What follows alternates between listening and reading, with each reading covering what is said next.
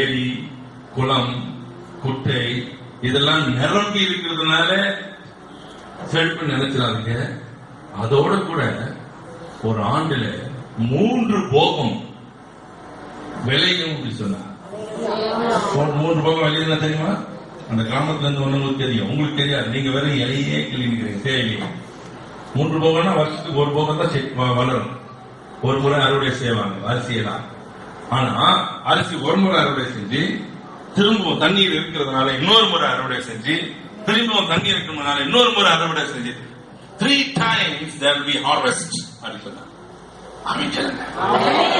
சொல்லுங்க. இந்த வார்த்தையை நான் திருநெல்வேலியில சொல்லியிருந்தா, தஞ்சாவூர்ல சொல்லியிருந்தா அவன் குதிச்சிருப்பான். கர்த்தருக்கு மகிமை உண்டாக. இன்னொரு ஒரு காரியம், தமிழ்நாட்டுக்கு தேவனுக்கு பயந்த ஒரு முதலமைச்சர் அவர் ஏற்படுத்துவேன்னு சொன்னார்.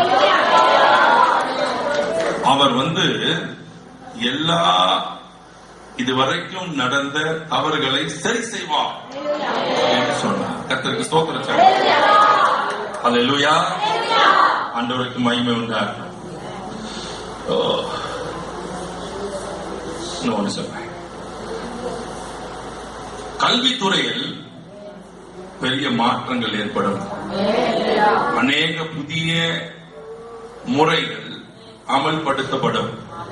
அதனால் பிள்ளைகளும் ஆசிரியர்களும் சந்தோஷம் அல்லது மகிழ்ச்சி அடைவாங்க. ஆமா சொல்லுங்க. ஒரு பயமான செய்தி சொல்லிட்டா, நீதியை சரி கட்டுகிற ஆண்டா இருக்கும். ரத்தம் சிந்துதல் உண்டாகும். திடீர் மரணம், கொலை, கொள்ளை அதிகரிக்கும். ஒரிசா, ஜார்க்கண்ட், விஜயவாடா, ஜம்மு காஷ்மீர் போன்ற மாநிலங்களில் அது அதிகமாக இருக்கும்.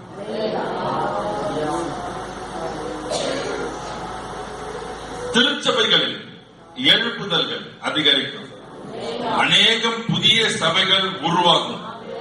மற்ற மதத்தினரும் அதில் கலந்து கொண்டு ஆராதனைக்கு வரும் காலங்களை குறித்து கேள்விப்பட்டிருப்பீர்கள், அதை காண்பீர்கள்.